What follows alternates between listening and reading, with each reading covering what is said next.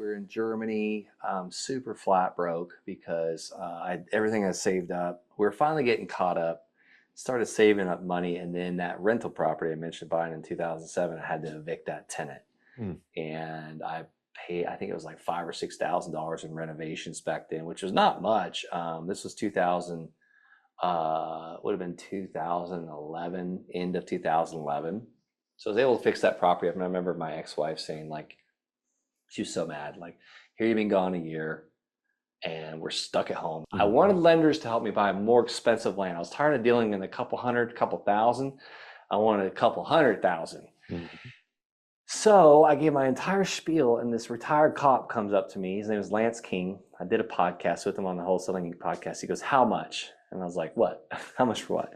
And he's like, how much to teach me what you do in your business? And I'm like having to buy 2 or 3 Verizon hockey pucks to get enough data. But so they all got a land deal within like 90 days. So that's how I built the course, the Landsharks community. And then I started doing a couple of coaching calls a week in addition, and I gave everyone my cell phone, and we've had like 700 people come through since 2018, and over 50% of them have done more than 2 land deals. So I went next door to the racetrack because I needed diesel. And racetrack's a gas station. Yeah, the gas station.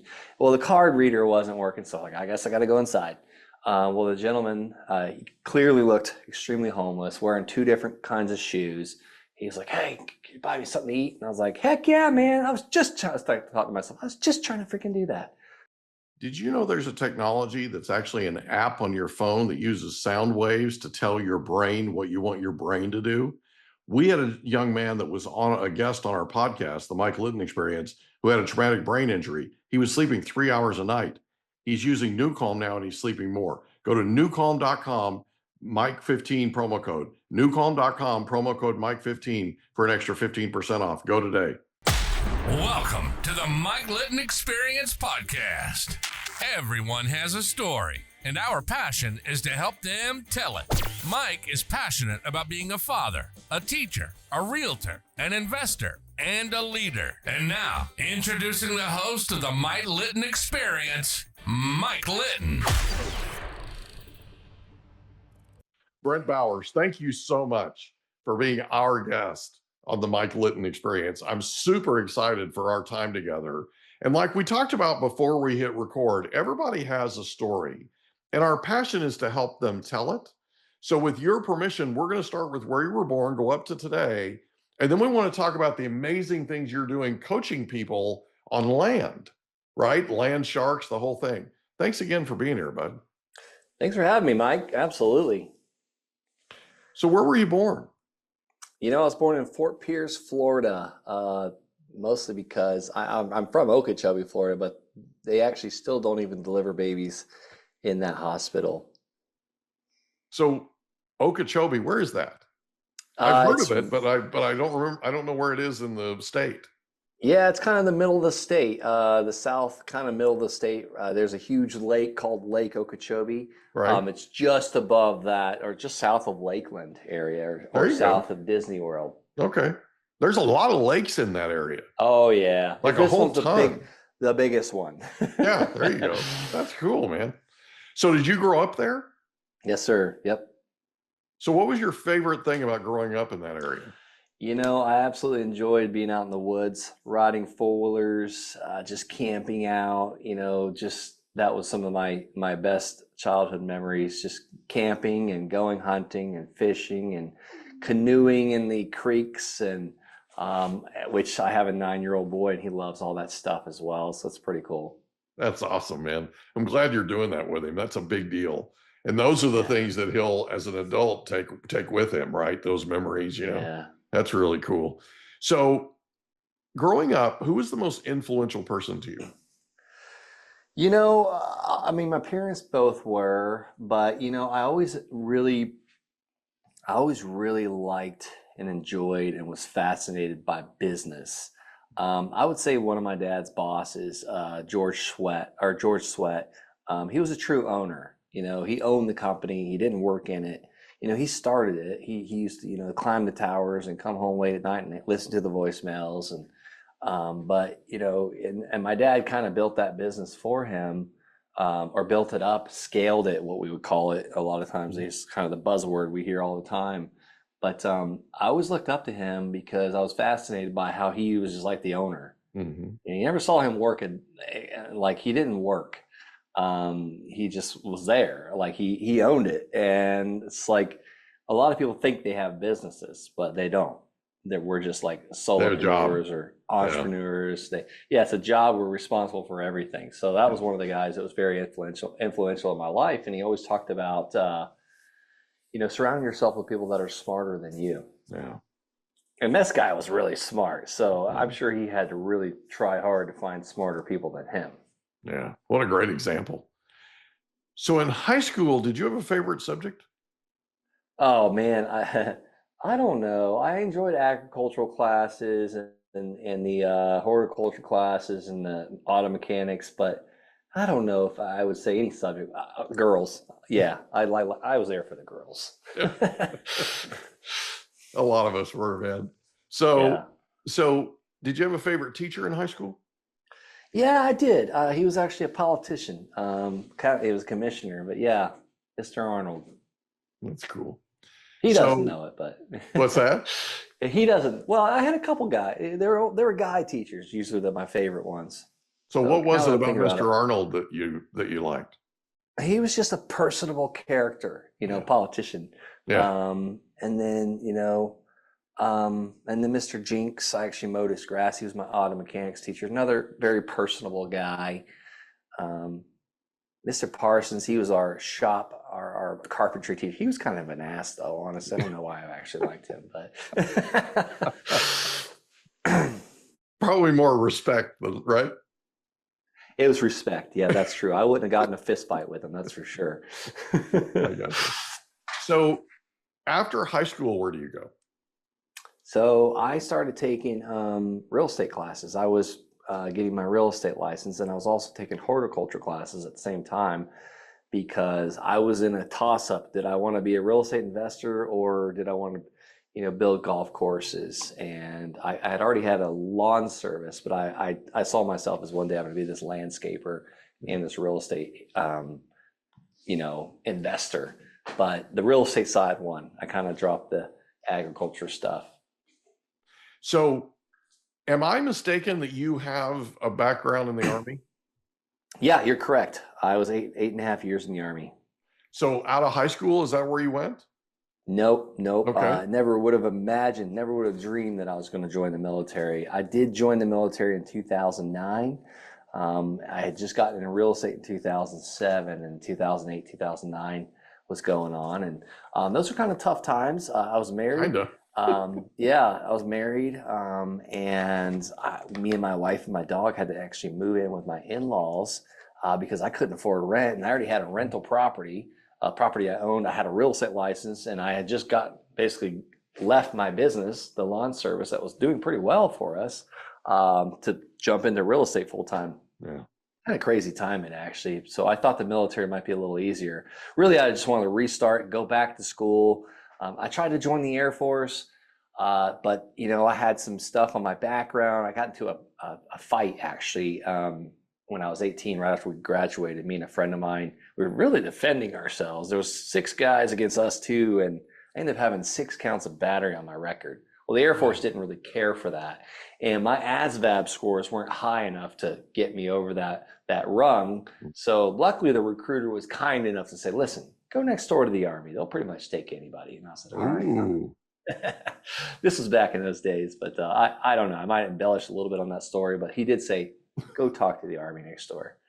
Well, it's okay. As time goes, stories get a little wilder, right? I mean, yeah, they got to, right? It happens. I gotta enjoy hearing myself say it. Well, there's got to be some glory in our past. Come on now, right? Sorry, I didn't mean to choke you up. So no, that's good. That's good. So you go to the Army recruiter. How does that conversation go? Well, I was like, "Listen, I want a job where I'm not always gone. I want to be able to talk to my wife every night because I'm married, And he's like, oh, yeah, we got you, we got you, got you. Turns out you don't get your phone for like 3 months of basic training and then through AIT. And basically, I was going to be away from my wife for almost a year and then with her for a couple more months and then off to Afghanistan after they moved me to Germany. So, yeah, I was gone a lot. That 4 years, I was maybe home about a year. Wow.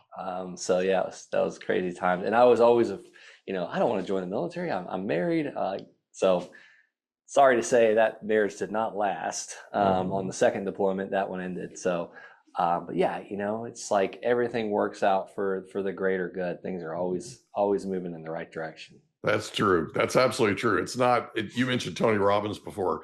It's not, life's not happening to you. It's happening for you, right? Yeah. You just kind of have to figure out a way to look at it a certain way and be grateful, right? So you end up going to Afghanistan.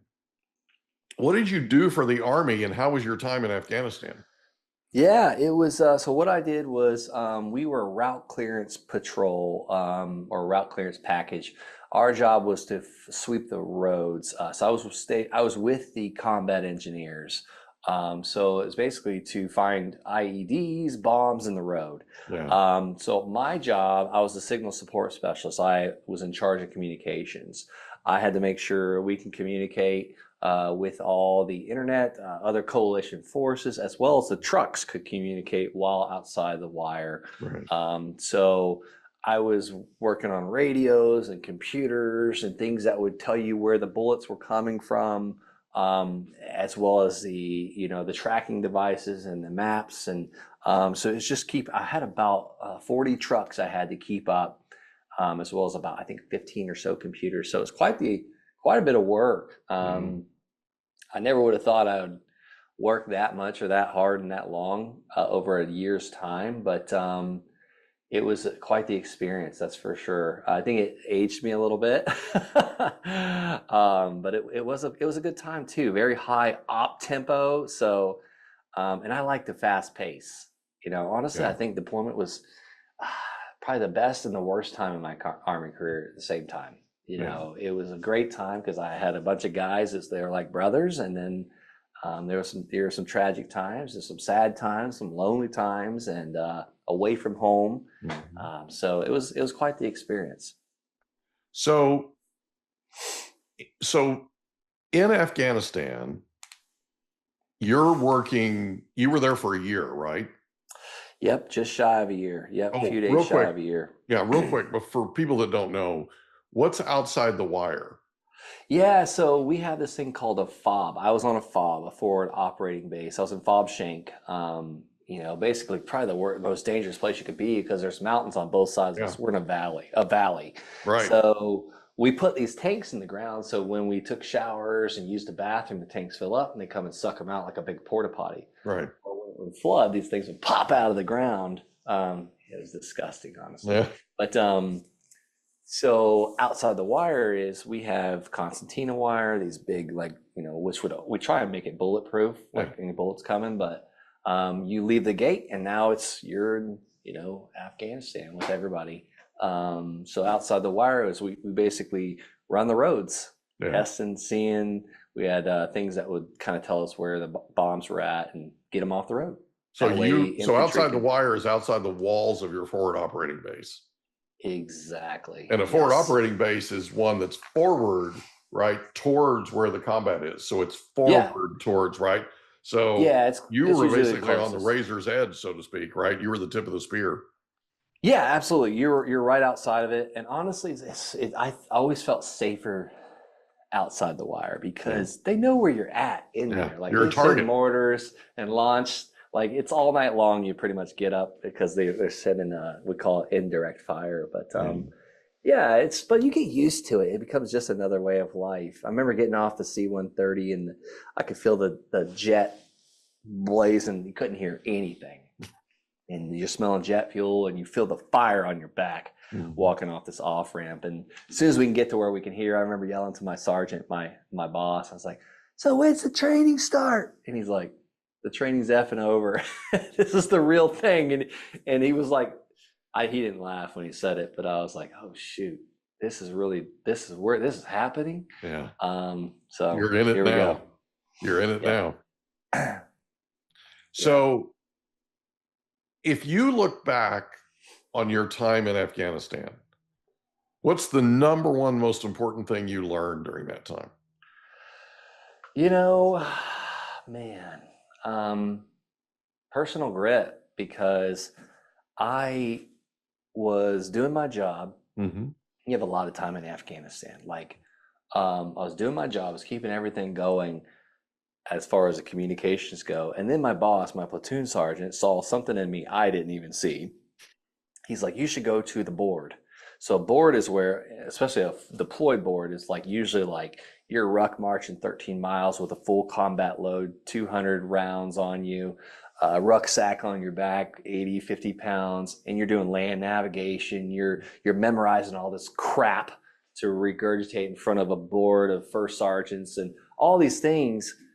But I got to where, I was a private first class back then, E3, to where, I can handle these stress loads.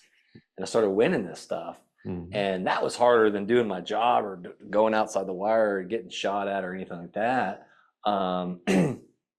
So I learned that, I was capable of more than I realized. Yeah. Because someone else pushed me to do it. That's awesome, man. What a great revelation, huh? Yeah, I was sick and tired of it. I didn't like it. I didn't like it being this little showboat, but I learned a lot from it. I won the battalion soldier of the year, and then I went for the soldier of the year for the brigade. And they were flying me in helicopters, like doing all this, like we were going to all these other FOBs to compete. So I got to hang out with higher ups and all that. And but we're capable of so much more than what we realized. And luckily, I had someone that saw it in me. Yeah, that's awesome, man. So I love it when leaders see something in somebody that they don't see. Teachers do this too. They did it for me in my life, right? Where they see something in you that you don't see, because we're literally programmed to be humble, right? And so we don't think of ourselves as, oh, well, I've got this in me. But others do. Others see that and they can light a fire in you. It's why I always ask about favorite teachers, because teachers have a tendency, at least in my life, they had a tendency to reach me and to see something in me and mentors too, but see something in me that I didn't know was there. So after Afghanistan, you come back, then what happens? Yeah, so I came back for about a year, reintegrated with my wife. We were in Germany, super flat broke because everything I saved up. We were finally getting caught up, started saving up money, and then that rental property I mentioned buying in 2007, I had to evict that tenant, and I paid, I think it was like $5,000 or $6,000 in renovations back then, which was not much. This was 2000. Would have been 2011, end of 2011. So I was able to fix that property up. And I remember my ex-wife saying, like, she was so mad, like, here you've been gone a year and we're stuck at home, can't do anything, don't have any money because you wasted all of it on the stupid house, So that still like sits wrong with me all these years, because I quit real estate investing because like she didn't agree with it. She saw what her mom went through. Her mom was actually my real estate broker, which I'm not mad at her about it, because she saw her mom was always basically real estate came first, kids came after that. So she was second in line basically. So she didn't want to be in that position. But so home a year, back to Afghanistan again. And wow, that time really? was only short. Yeah, that one was only 4 months because the Army pulled me out to go to college to be an Army officer now. I had made it all the way to E5 sergeant, so I rose through the ranks really quickly, faster than what I probably should have, and then went to school and college and was back in the United States. So I bought more rentals and started wholesaling houses, and the entrepreneurship nature never went away. It never went away. So I always enjoyed making money and creating businesses. Where'd you go to college? Florida Institute of Technology in Melbourne, Florida. So what was it? Did you ever find out what it was why the Army chose you to go to college? Yeah, so they choose. So I had to put in an application 2 years in a row. The first year was denied. Actually, the second time was denied too.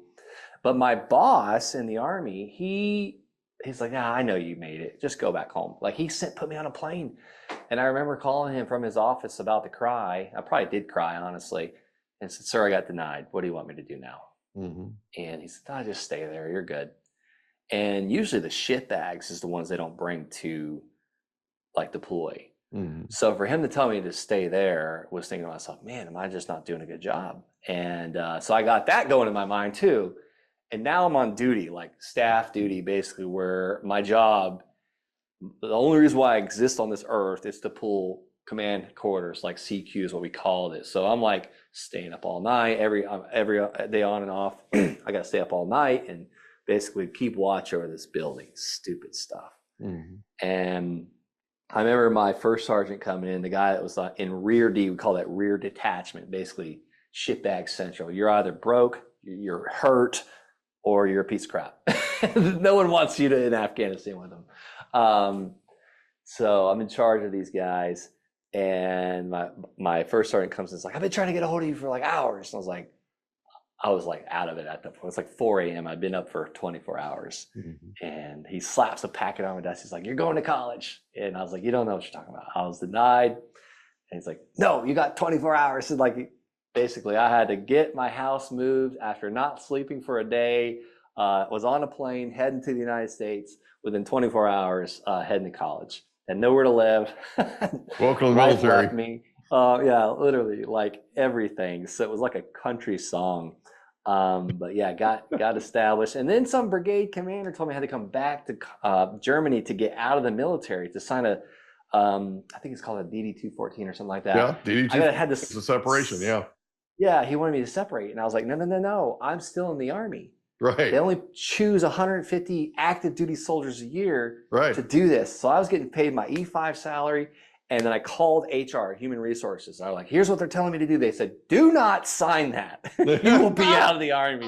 So they flew me all the way back to Germany. And I had to tell this full-bird colonel, like, no, sir, like, you got to see this email. Yeah. And then I put me back on another plane. So I've been flying for like days across the world from Florida to Germany. So yeah, wow. That's just back memories. That's yeah, crazy, sorry, man. No, it's like you don't know which end is up. Yeah. I mean, that's yeah, just here I nuts. am, That's so cool. Yep. So in college, what's the single most important thing you learned in college? How to pass tests. I had 21 months to get a 4-year degree. Oh my goodness. So I've been going, nothing against the University of Phoenix, okay? Yeah. But for years, I've been going to University of Phoenix. I thought I had an AA degree. Well, Florida Tech, they didn't accept any of those credits. So I had to pretty much start over. Oh my goodness, really? 21 months to get almost the equivalent of a 4-year degree. No problem, 8 or 9 classes at that time. Wow. And still did the ROTC. At the same time, I had to come and work out every day and do their stuff. And then we had field rotations once a month. And I had time to flip 2 houses and wholesale a couple and renovate a couple. So I had just come off of deployment. Like I was used to like a fast pace. Sure. So I learned that, again, you're capable of more than you think. Yeah. I met the woman of my dreams. We're married still today, 3 kids later. So yeah, that's all the stuff I learned, So you met her at FIT? Yep. I did. I actually got invited to a friend's barbecue on the beach. So he was about 30 minutes from Florida Tech. So I met him, and then she was there, and then a year went by and we saw each other again, and we never stopped hanging out. Oh, that's cool. So it's a good thing you went to college, right? So that's right. So after college, you become an officer in the Army. Yeah. How long were you an officer in the Army? So by that time I was only an officer for about 3 years, actually. Yeah. And then I got out in 2018. I was planning to do a full career, 20 years, but when our first baby was born, I was like, man, I don't want to be gone all the time. Yeah. And I was like, I didn't want another divorce to happen, this time with kids. And Learned your lesson. yeah, so I started figuring out ways to replace my income with the military, and it was basically through land investing. Yeah. So how is it that you came across land investing? Like, was it something you went to a seminar? How did that happen? I was a seminar junkie. I was going to all these real estate seminars since probably 2006.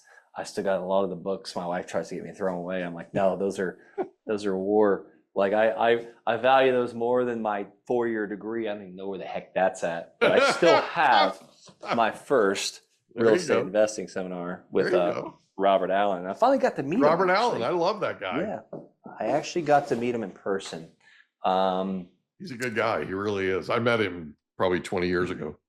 Oh, wow. Yeah. No money down real estate. And I've done a lot of no money down deals. But going back to answering your question, I don't remember the question actually. It's okay. I was going on a rant. So you were in real estate investing, right? Yeah. You were wholesaling, you were flipping, that kind of thing. And somehow you end up in land. Oh, yeah. How did I learn about land? So here's the reason I'm asking. So it's not necessarily the natural progression. No, right? It's reverse of somebody opposite. who's investing in real estate. So your life, for lack of a better term, kind of took a turn. It kind of pivoted. Yeah. Can you explain how that happened? Yeah, it's funny you say that because I had like 5 or 6 rentals at the time. I had wholesaled quite a few houses. I had already started flipping houses where I buy them and I renovate them. And then I heard a guy, like, things weren't going so well with that. Like, I was kind of spending more money on marketing, and I was like, am I actually making money, or am I just spinning my wheels here? Right. So I was still, like, anytime I drove my car, which I was driving an old 2007 Honda Civic, my wife's car, anytime I drove it, I was listening to audiobooks or podcasts. I didn't listen to music for years. Yeah. I was like, if I'm driving, I'm going to be learning what Tony Robbins calls net time, no extra time. Exactly. If I'm lifting weights, I'm usually listening to an audiobook. Yeah. I don't read fiction. I create my life. I don't need to read someone else's fiction. I'm creating a fiction. But anyhow, I learned about land investing on a podcast. This guy was talking about land. I had never heard anybody else talk about land before. Never in 2015. I'm from Okeechobee, Florida. There's land everywhere. You got to be rich. You got to be a rancher, or you got to have a dairy to own land in Florida. Right. And I wasn't any of those. Yeah. And I was like, how in the world does one buy land and make money? Well, he was going to all these county auctions and buying land, and I didn't have time to drive to this stuff. I'm working like 13 hours a day. And he would come home and, like, over the next couple of weeks, like, double and triple his money. And I was like, if half of what he's saying is true, this is my ticket out of the Army. I had 3 years on my contract. So I immediately took action like that next day. I called the El Paso County treasurers, what they call it in Colorado. Mm-hmm. Her name is Cindy. And I was like, hey, I want the list of everyone that's behind on their taxes for vacant land. Well, she's like, I can't do that. So she gave me this huge pile of people behind on their taxes, but it was actually county held tax liens where no one was even paying the back taxes, because she thought I was going to pay those back taxes and invest. And it's a system where the more people bid on it, the lower interest rate you get. Mm-hmm. I didn't understand any of that, and I didn't care about any of that. I was like, no, I want to buy this land from these people. Well, she scanned it in. It was like a fax and all these schedule numbers. It was like a bunch of numbers. I had no clue what the heck I was looking at. Mm-hmm. So I finally figured out I had to plug the schedule number into an APN number, and the APN told me who owned it, maybe the taxes, where it was located. So I found a virtual assistant on Upwork.com. I think it was called something different back then. And it took her like several weeks to put all these numbers in. I'm paying her $5 an hour, and she got me 647 records. So I took a little postcard. It's like handwritten. Hey, my name is Brent. I'd love to buy your land in El Paso County, Colorado. Call me or text me if you're interested in an all cash fair price offer. God bless you. And my phone number. Well, if anybody wants a copy of that postcard, I've bought a lot of stuff with it. They can just go to the landsharks.com/postcard, but it's nothing special. But I sent it out to all 647 or 87, one of those two. No, 647. and my phone started ringing. It was nuts. Like the first one, retired CPA, wanted to sell me 2 lots, not buildable, for $287. $285 is what we finally agreed on. And I got him down a couple bucks. Really, it was just You're such a negotiator. yeah, I had to learn the hard way. He's like, dude, like it's just what I owe in taxes. You could take it or leave it. And I was like, let me go look at it. Yeah. Well, I didn't know what it was worth. I'm looking at it like, this is beautiful. It's looking at the Pike National Forest in Palmer Lake, Colorado. I ended up doing like 30 of those lots, by the way. Well, I call the real estate office really close by. The realtor picks up. She's like, yeah, I'm familiar with it. Da, da, da. And she tells me I can list it for about 10 grand. That's my blowout price. That's probably what I can sell it for pretty quickly. She's like, I'll give you 5,000 for it though. And I was like, done. Let's go. Yeah, let's go. She paid me the following week on Wednesday. It's literally like I hit the lottery. I didn't make 5,000 in a month. Even if I was deployed at that time, my time of service, I still wouldn't have made $5,000 a month if I was holding dynamite for hazardous pay. Right. And then I did another one the next week, and I got $400 a month on that one, and I got my money back right away.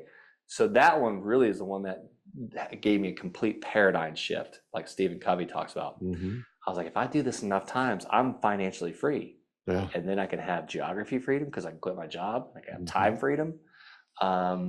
So yeah, I just kept doing them over and over and over. 18 months later, I'm at like $12,000 a month coming in. Wow. Incredible. Absolutely incredible. So you mind if we talk about this for a second? Yeah, I just gave you a lot. No, it's okay. So you're reaching out to these people that own land. You sent out 647 notes, right? Were they handwritten? They looked like they were handwritten postcards. Yeah. So you had somebody write them for you? I don't know. It's just a postcard. It's like a mailing company that I was using called 3D Mail. Mm-hmm. But yeah, I don't know if they were actually physically writing, but they look like handwriting on them. Gotcha. It's probably a machine, honestly. And they're just postcards. Which I bought one of those machines. It's right here. I just never looked it up. My son keeps asking me to do it, and I'm like afraid to try. Yeah. I don't know why. So is anyhow, that one of those handwriting machines? Yeah. Oh, that's cool. Yeah, it's like a handwriting it. That's it's weird. awesome. You put a pen in it, and it'll go to town for you. Oh, that's cool. That's cool. So you sent out 647. Your phone starts ringing. You start what we call slinging deals, right? You start putting these deals together. And sort of as you go, you're starting to figure out a system. Absolutely.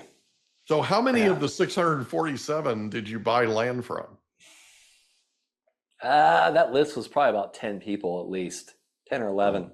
Wow. Yeah, which was darn good on numbers, actually. And then I just kept doing it over and over, and I kept looking for different lists and sending different letters, and eventually I mailed the entire county a couple times, and I did a couple $100,000 in revenue. And then I hired that guy that I heard on the podcast, paid him $40,000 to coach me as well. And he taught me kind of a little different method than what I was doing. So I kind of like used his method, my method, which I kind of reverted a little bit back more towards mine. He was more into the desert. I call them desert squares. Yeah. Where you buy a bunch of land in like Nevada and Arizona. I actually bought like 119 parcels from his business partner. Wow. Sold all those. It took me years to sell those. A lot of them are on payments, but yeah. So if it's okay, because we're kind of all about stories here, right?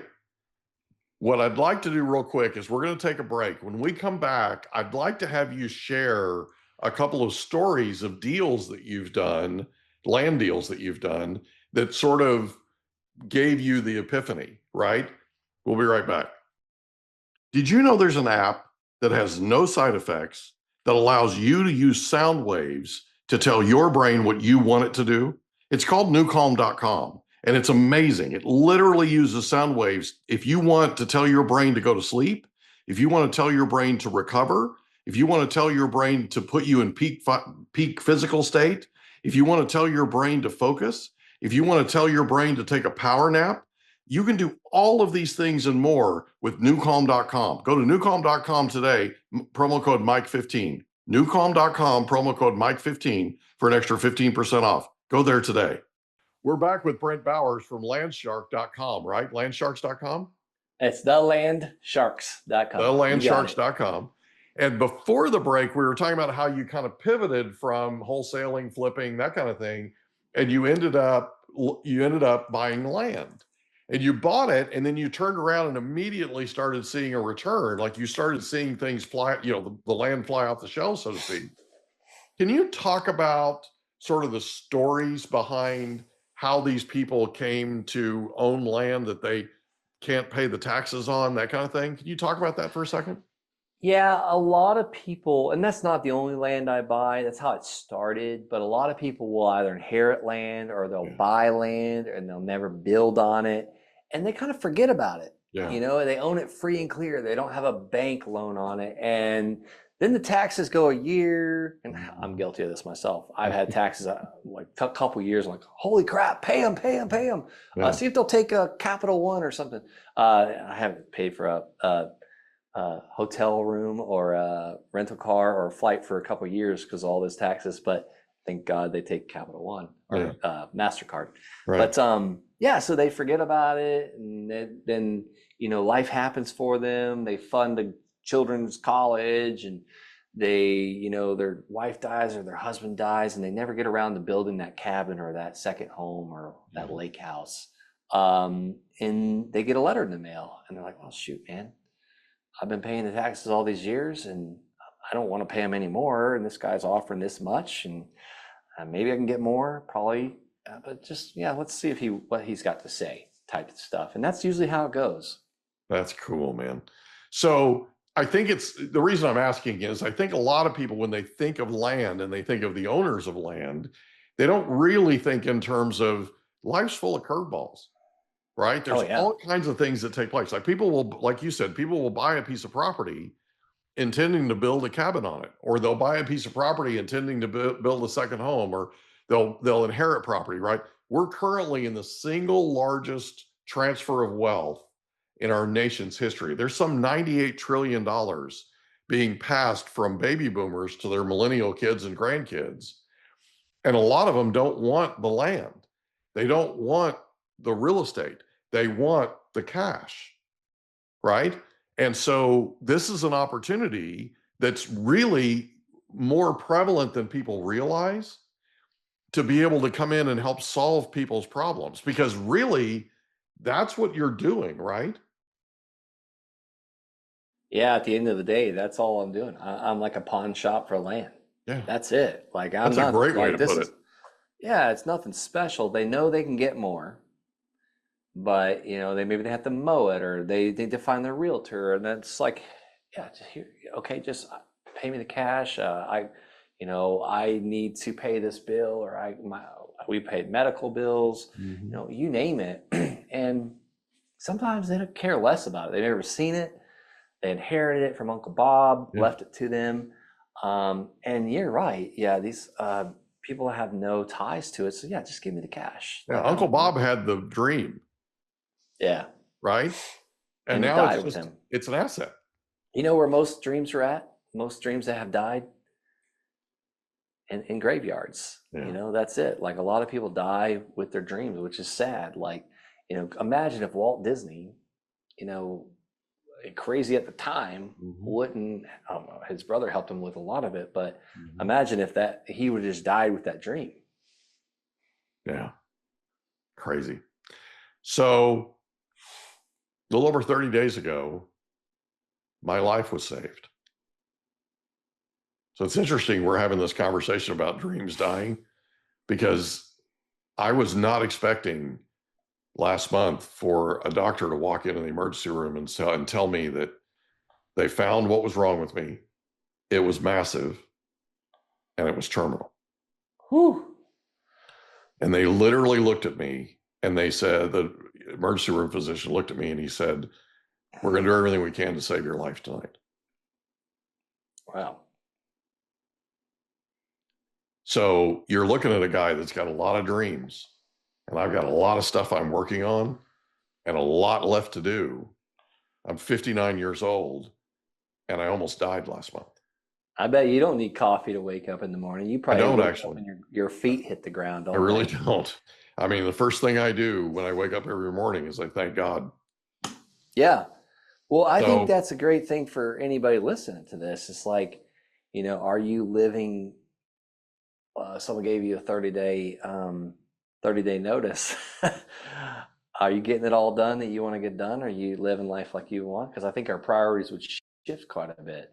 I wouldn't pay my taxes. No, I'm just kidding. it just blows my mind, man. And it's hard to describe. It's hard to describe what it's like. But I know I was in shock.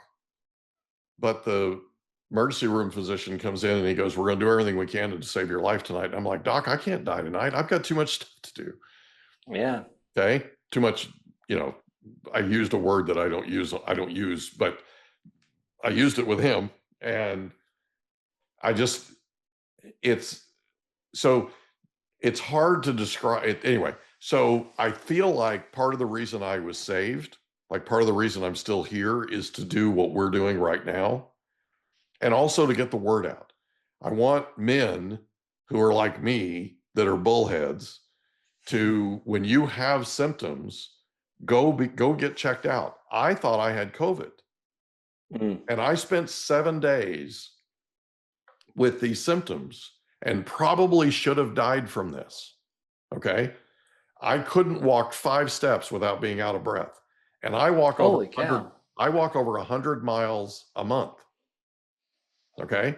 I couldn't walk 5 steps without being out of breath. And I thought I had COVID. I went to the urgent care because I wasn't getting better. I went to the urgent care thinking I was going to get a breathing treatment. And they said to me, "We need to call the ambulance and we need to send you to the emergency room. This is beyond what we can do." Got my attention, right? I want men to listen to me, okay? Because part of the reason I feel like I was saved was so they would hear me. If you have pressure on your chest, if you're short of breath, if you have those types of symptoms, you need to go have it looked at right away. Don't wait 7 days like I did. I put my system through an enormous amount of torture, and I shouldn't have. I also discovered I've never been in an ICU before. I was in an ICU for a couple of days after the procedure. We set a record, by the way. They pulled the single largest blood clot in the history of the hospital out of me. They've never pulled one bigger. So, and this hospital's been around a very, very long time. They're world renowned. So I also learned that I have obstructive sleep apnea, which I've known for 3 decades that I had, but I didn't know how it affects your oxygenation levels. So I would fall asleep. They monitor everything in ICU. I'd fall asleep and this alarm would go off. It was an oxygenation alarm. And so I asked the nurse, because it kept happening, I'm like, "I got to get some sleep." I wanted to get out of the hospital, of course, right? So I asked the nurse, I said, "Can we turn that blasted alarm off?" And she said, "No." She said, "That alarm is telling us to come in here and resuscitate you." True story. So I tell this to my family, right? And now I'm on a CPAP machine. Now I don't have obstructive sleep apnea. I mean, I still have it, but I've addressed it, right? And I'm actually getting rest. And I feel rested when I wake up. A big part of how we heal as people is we have to get restorative sleep. We have to get good sleep. So we've had sleep experts on here before, and we've told their stories, right? I want people to listen to me. I want people to listen to me, especially if you're a man or you know somebody who's in their 50s, 60s, whatever. Just go. Don't collect $200. Don't, right? Just go. So thanks, man. Thanks for letting me talk. No, So, that's huge. well, That's huge. I track my sleep with this Aura ring, oh, that's cool, and man. hopefully it'll tell me if I'm not getting enough oxygen. But yeah, I stopped going to the gym early in the morning because I realize my body needs 8 hours, Yeah. and then it's telling me, yeah, go for it. Yeah. But yeah, sleep is like we take it for granted because it's a normal thing. We've been doing it our entire lives. But Especially it's when you're very a high important. achiever, right? when you're a high achiever, you think you can cut corners. You think you can do things that other people can't do. And Yeah. no, seriously, I mean, it's how we think, right? It's how we think. I don't know that it's the most healthy way in the world to think, but it's how we think. And so so a good friend of mine who's 52, one of the highest achievers you ever met in your life, died a few months ago. Oh gosh. 52. I'm sorry to hear. Of a heart attack. Okay. I called a guy that owns a company that we do business with. They lost their CEO to a blood clot 2 weeks ago. He lost his sister 2 months ago to a blood clot. Did you know that blood clots are the third leading killer in the US? I've actually heard that. I didn't know that. I have heard I that. found that out in the emergency room with this massive clot. I had something called a saddle clot that went all the way like this and then like this. It was like an upside down U. How in the world my blood was still pumping through those arteries that had that massive blockage in them? So everybody who has any sort of medical background that's seen what they extracted from me is absolutely convinced that God wasn't done with me. Yeah, no, you still got work to do. Crazy, man. That's for sure. So let's talk about the landsharks.com. So you started developing this, and at some point you decided, you know what, we need to give back. We need to be teaching people how to do this and how to do it the right way. Can you talk about that for a second? Yeah, so 2018, when I was getting out of the military, I had started a real estate investment association meetup group with one of my real estate brokers. Yeah. And we got quite a few people coming in. There's almost 100 people once a month coming in there. And like I was going on all these coffee appointments, I was sharing with everyone what I was doing. And a friend of mine, well, he actually was the owner of Wholesaling Inc. His name is Tom Kroll. And he's like, how's your land business going? Because he's the one who taught me how to wholesale houses. Yeah. I was like, it's going freaking awesome, man. It's like, I'm, doing really well. Got out of the military. He's like, are you teaching anybody how to do it? Because that's how he made his fortune. Yeah. And I said, well, I am. He's like, I'm teaching people almost every day, it seems like. He's like, well, what kind of results are they getting? I was like, they're not getting any results. Like, no one's doing anything with it. He's like, how much do you charge? I said, nothing. He's like, well, there you go, you dummy. He's like, the reason why people go to, the reason why librarians are not the richest people in the country is because they don't pay anything for the books, and they might read the books, but they didn't pay, so they're not going to implement it. You got to give enough pressure to the person to make sure they take the steps. And you can get anything for free, and that's about what it's worth. Can you talk about skin in the game for a second? Skin in the game, right there. Like I can go on YouTube and learn anything, but if Mike, if you told me like how to do underwater back bends and that's what I'm trying to do, I'll pay you whatever amount I can potentially come up with, or maybe on a payment plan for you to teach me and compress decades into a couple months. Yeah.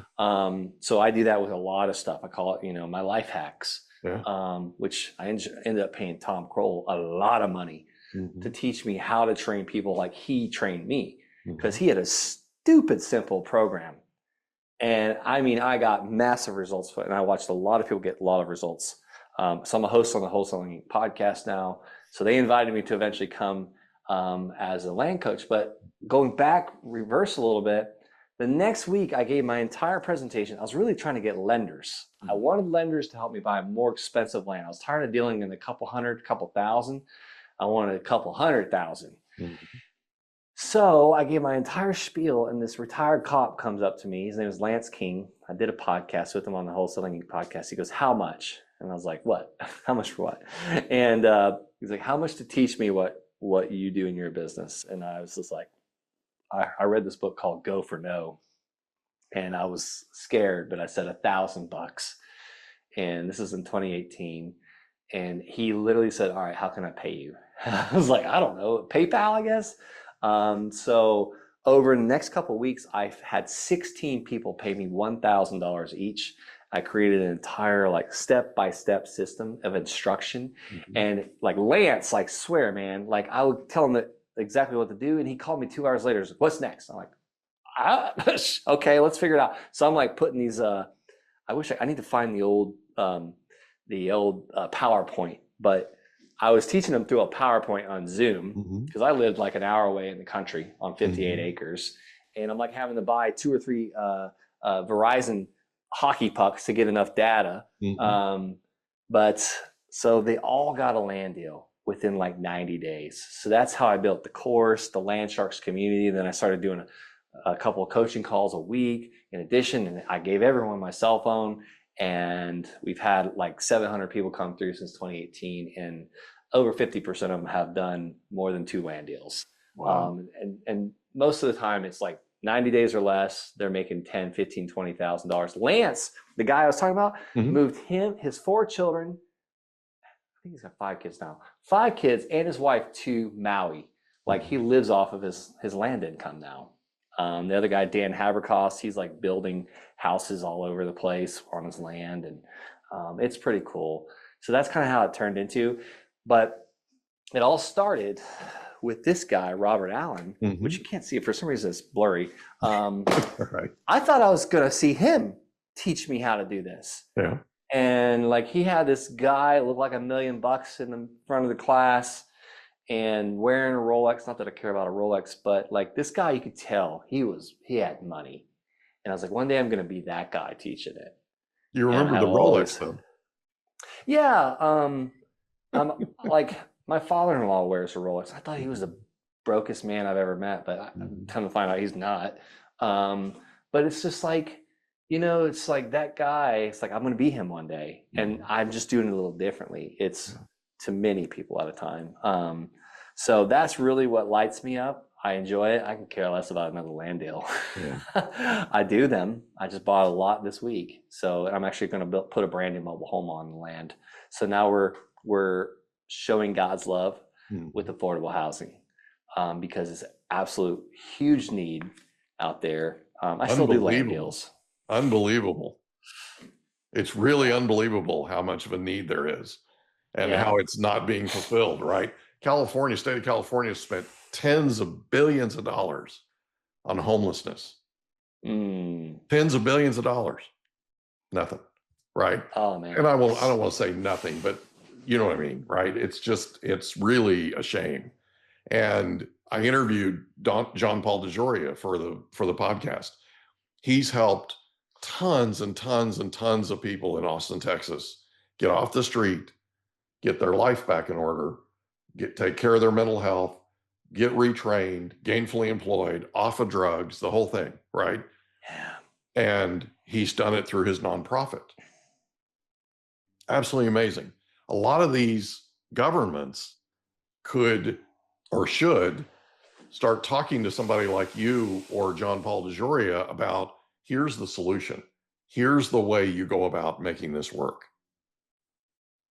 Yeah, that's pretty impressive. That's so funny story. Like, I went to a restaurant yesterday. All right, I'll tell you what it was. Waffle House. I have an addiction. I love Waffle House. Okay, cool. I love Waffle House. I wish they had it out here. Once a year, I'll go to a Waffle House. Yeah. And I went and I just wanted the waffle. And I ate the whole waffle and I was like, I can't eat the rest of this. It's terrible for me. I know it's bad for me. I've really been on a health kick lately. Because I just turned 40. The lemon water is a sign?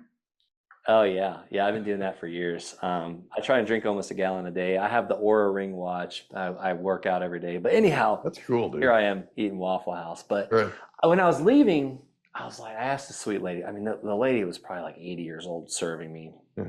I said, hey, does anybody ever come in here hungry that just can't afford a meal? Can I buy another meal and you give it to whoever needs it? She's like, no, they need to be here. I was like, okay, whatever. She's missing my point. So I just gave her a nice tip and thanked her for her time. And so I went next door to the racetrack because I needed diesel. And racetrack's a gas station. Yeah, the gas station.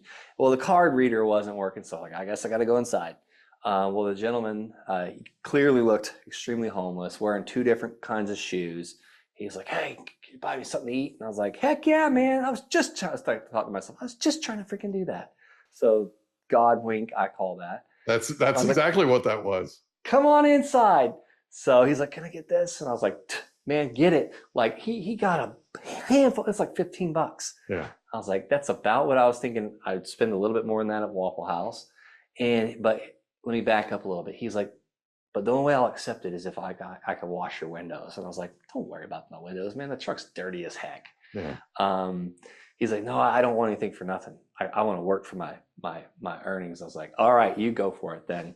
So all I'm getting at is that guy wanted to feel like he earned it. And for a second there, when I was pumping diesel, I was like, gosh, he's destroying my windows. Like he's streaking them. And then I was like, screw it. Who cares? The truck's dirty anyways. But he ended up getting them off and they were just clean as heck. And I was like, that's awesome. And I was like, all right, man, I got to go. I'm done pumping. You're still cleaning windows. I'm out of time. Yeah. So, but he wanted to work for it. And that was pretty cool, I thought. And poor guy, man, he told me that he woke up this morning. He's like, I was sleeping under that light. I woke up to people stealing my stuff. That's why I'm wearing these shoes. I was like, oh, I hope they needed it more than you. Yeah. He's like, I pray that too. So, we just had that conversation the other day on the podcast about people needing it more than they did, right? And this guest of ours was talking about his dad and how people would do things and they didn't pay him back and that kind of thing. And his dad's like, yeah, they needed it worse than I did. That's what my grandfather used to say. My dad's dad used to say that all the time. And I never forgot it. You know, it's a kind of a refreshing way to look at life. So the landsharks.com, what's there that people can use? And is there anything that you're doing or is there anything, share with us what's going on with the website? What are they going to find when they go? Yeah, the best thing you can do with that website is you can kind of see what we're doing with land. I don't teach a lot of the how on there. Really, you can schedule a call with me on that website and I'll point you in the right direction. Maybe you're looking for a little hand holding. Maybe you just need some resources.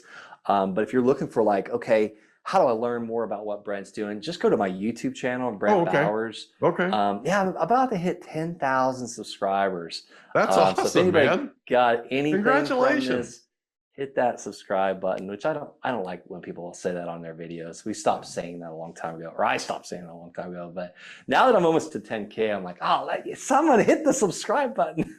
Yeah. Well, you gotta remind people, right?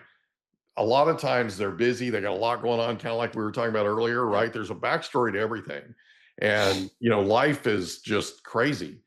And so, people don't remember to do that kind of thing. So sometimes we have to remind them, and we just have to do it in a gentle way, right? If we do it in an elegant manner, right? It's a cool thing. So Landsharks, so the landsharks.com, and then you've got, and Brent Bowers, right? Or Brent Bowers on YouTube. And then you've got a couple of podcasts. You mentioned a wholesaling podcast. Yeah, so every Friday I have an episode come out on the Wholesaling Inc. podcast. It's usually an episode that I do with another land shark, and we walk through one of their first deals or one of their great deals. Like you'll hear how Lance, is living in Maui, things like that, and how they did it, how long they took them to find the land deal, how much they made, how they sold it. I really want to walk almost like a case study so people can do deals by listening to that podcast. Yeah, absolutely. And then you mentioned another podcast that you're on. No, that's it. So Wholesaling Inc.? Yep. Okay. Wholesaling Inc. podcast, yeah. Oh, I thought you had mentioned one other one. Okay. Oh, I was on a podcast earlier with one of my partners. There you go. Yeah, I was on his podcast, yes. And what's the name of that one? Oh my gosh, That's okay. Kill me. I could tell you what it is, hopefully. Sorry, man. I didn't mean to put you on the spot. No, it's called the Purpose Driven Investor Podcast. I was episode 2, so it should be out here in about 3 weeks. He's trying to get a bank full before he launches it with Robert Howe. Robert Howe's your friend's name? Yeah. Oh, yeah. That's cool. We teach people how to build the mobile homes on land. He's my number 1 coach for it, and then Chris, his partners, is number 2. So I'm kind of like the backstage coach on that one. I teach more on the land side. I got you. That's cool, though. It's good that you're involved in these things, right? Because you're giving value to people and you're sharing with them, this is what we're experiencing. This is what we're seeing, right? So that's a big deal. Giving back's a big deal. So what does tomorrow look like for the landsharks.com? Yeah. Like, what am I doing tomorrow, or what does the future look like? What's the future look like? Well, the future is giving, more access to more people. So we're at we're at 3 support calls a week. My goal was to do 5 a week, because sometimes people have work. Yeah. And they've worked those W-2 jobs, and they can't be on the 1 o'clock or the 2 o'clock or the 10:30, but why not have a 7:30 one? Yeah. And here's what's cool about that is there's plenty of other people that have done land deals where I don't want to do it at 7:30. That's family time. But, Bryson Hudson, that just did his 3rd deal, might be happy to get on stage, and he might want to be the guy like I did one day, like, okay, one day that's going to be me. Type thing. And he actually just gave me an idea. I'm wondering if I get a guy that's about to start his own program to start helping me coach, because I've had a lot of guys I've taught land. They're now coaches. They have their own programs, which that's a ripple effect. Yeah, that's really cool, man. My coach necessarily didn't like it when he taught me land, but I want to be the opposite of that. Like, I'm giving someone the ability to teach others. Like, I'm not going to be able to touch those people, but Brad or Bryson might. Gotcha. So what are your future plans for your YouTube channel?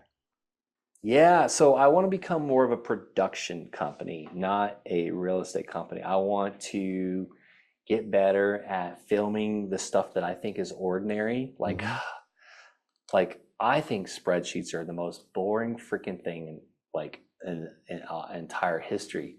They probably are. After this call, I need to go through some numbers on a spreadsheet just to make sure everything's good. And I need to send a wire to pay my partner.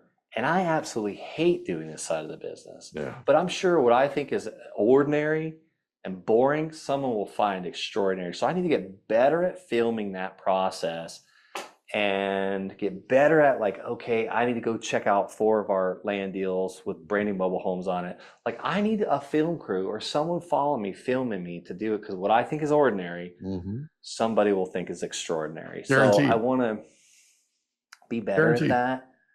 As I say it, like, my 9-year-old son's getting really good with the phone camera and all that. So yeah, what I think is boring is probably not boring to someone else. Yeah, it's true. It's absolutely true. And just one real quick thing, when you're on location, they love it. They absolutely love it. People eat it up. That's why my friend Pace Morby, I think, has done so well, is because, one video he could be here and the next he's like in Jamaica. Like, he's just places. And then I got Brent Daniels, like, he's done very well in his videos, but he's always in the same spot. Yeah. So I think I need to get out of the same spot. No, I agree. Take your 9-year-old with you and let him follow you around, right? Oh, yeah. Yeah, absolutely. That's good. Buddy. So the landsharks.com and Wholesaling Inc. is the podcast, and Brent Bowers is your YouTube channel. Is there anything else you want to cover before we wrap up? No, I think, thank you so much for having me. And I hope you got anybody listening to this got something from me and Mike. And, take care of your health today. You don't want to be the rich guy spending all his money on medical. Yeah, it's true. Thanks, buddy. Appreciate you being here. Yes, my pleasure. Can I ask you a question? Did you know that there's a technology that uses sound waves that'll tell your brain what to do?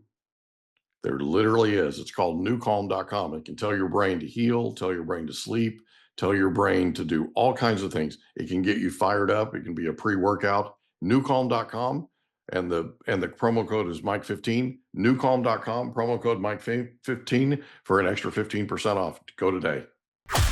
And that's a wrap. Another episode of the Mike Litton Experience in the books. Reach out to Mike on Instagram at the Mike Litton Experience.